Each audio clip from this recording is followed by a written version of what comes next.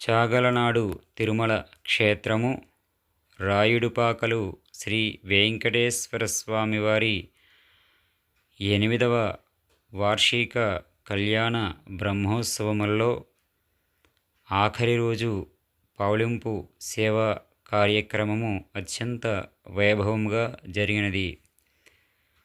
బ్రహ్మోత్సవములు అనగా మొట్టమొదటిసారిగా కలియుగ ప్రత్యక్ష దైవము వెంకటేశ్వర స్వామి వారికి సాక్షాత్ బ్రహ్మగారు దగ్గర ఉండి నిర్వహించిన విశేష కార్యక్రమము ఈ బ్రహ్మోత్సవము. కావున ఈ కలియుగ ప్రత్యక్ష దైవం కలియుగంలో వెంకటేశ్వర స్వామి వారికి మాత్రమే ఈ యొక్క బ్రహ్మోత్సవాల్ని నిర్వహించడం జరుగుతుంది, నిర్వహించాలి. అటువంటి స్వామివారికి మొదటి రోజు నుండి చివరి రోజు వరకు కూడా విశేష సేవా కార్యక్రమాలు, విశేష ఉత్సవ సేవలు, విశేషమైన స్వామివారికి జరిగేటువంటి సేవలు వలన స్వామి ఈ బ్రహ్మోత్సవాలలో అలసిపోతారు. భక్తులకి విశేషంగా వరాలు అందిస్తారు. అటువంటి స్వామివారు అలసట తీర్చటానికై భక్తులంతా ఆఖరి రోజు స్వామివారికి ఇష్టమైన మధుర పదార్థములు, పాలు, అంతేకాకుండా స్వామివారికి ఇష్టమైన సుగంధ ద్రవ్యాలు, స్వామివారికి ప్రీతికరమైన వివిధ పుష్పాలు స్వామివారికి సమర్పించి శ్రీదేవి భూదేవితో కలిపి స్వామివారికి 12 ప్రదక్షిణములు భక్తులు భక్తి శ్రద్ధలతో నిర్వహిస్తారు.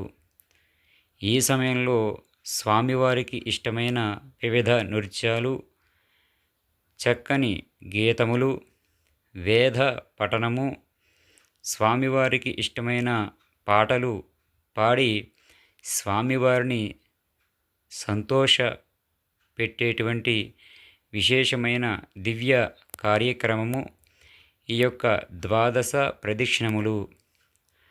ప్రతి ప్రదక్షిణములో స్వామివారికి విశేష పూజ, అనంతరం ఒక్కొక్క పదార్థముతో స్వామివారికి నివేదన, అనంతరం స్వామివారి యొక్క పల్లకీని భక్తులంతా పట్టుకుని గోవిందనామాలతో ఆలయం చుట్టూ ఒక ప్రదక్షిణం చేసి తిరిగి వచ్చి 2వ ప్రదక్షిణాన్ని, తిరిగి వచ్చి 3వ ప్రదక్షిణాన్ని, ఇలా 12 ప్రదక్షిణాలని కూడా స్వామివారికి ప్రత్యేకమైన సేవ కార్యక్రమాల్లో భక్తి శ్రద్ధలతో చేసేటువంటిదే ఈ 12 ప్రదక్షిణాలు.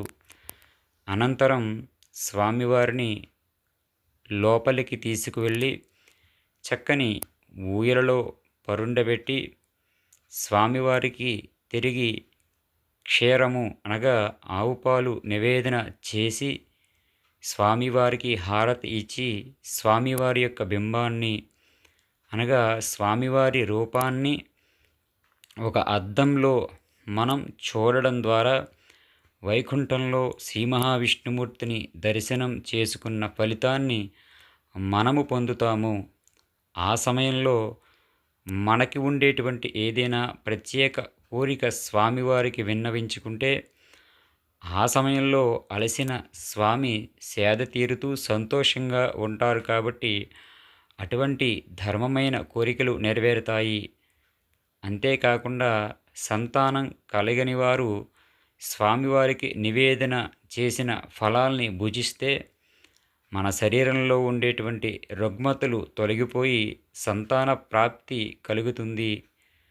అంతేకాకుండా వివాహం కానివారు, జాతక దోషాలు ఉన్నవారు ఈ పవళింపు సేవా కార్యక్రమాల్లో స్వామివారి యొక్క నామాన్ని భక్తి శ్రద్ధలతో స్మరిస్తూ స్వామివారిని మనసులో స్మరిస్తూ ఈ యొక్క సేవా కార్యక్రమాల్లో పాల్గొంటే వివాహ జాతక దోషాలు తొలగిపోతాయి.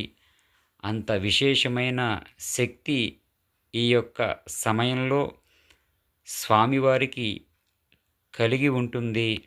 కాబట్టి ఈ యొక్క బ్రహ్మోత్సవాల్లో ఆఖరి రోజు జరిపేటువంటి ఈ పవళింపు సేవా కార్యక్రమం చాలా చాలా విశేషమైనది. కాబట్టి 5 రోజులు మనకి సమయం దొరకకపోయినా ఆఖరి రోజు ఈ యొక్క పవళింపు సేవ ద్వాదశ ప్రదక్షిణముల్లో మనం పాల్గొంటే స్వామి యొక్క అనుగ్రహం లభించడమే కాకుండా ఆఖరి సమయంలో స్వామి సేవలో పాల్గొని స్వామి అనుగ్రహంతో మనము శుభాలు అనేవి పొందుతాము. కాబట్టి ఈ బ్రహ్మోత్సవాల్లో ఆఖరి రోజు జరిగేటువంటి అత్యంత అద్భుతమైన సేవా కార్యక్రమము ఈ యొక్క పవళింపు సేవ ద్వాదశ ప్రదక్షిణములు. స్వామి యొక్క అనుగ్రహంతో ప్రతి ఒక్కరికి సర్వ శుభాలు జరగాలని కోరుకుంటూ ఓం నమో వెంకటేశాయ. రామ రామ రామేతి రమే రామే మనోరమే సహస్రనామ తత్తుల్యం రామ నామ వరాణ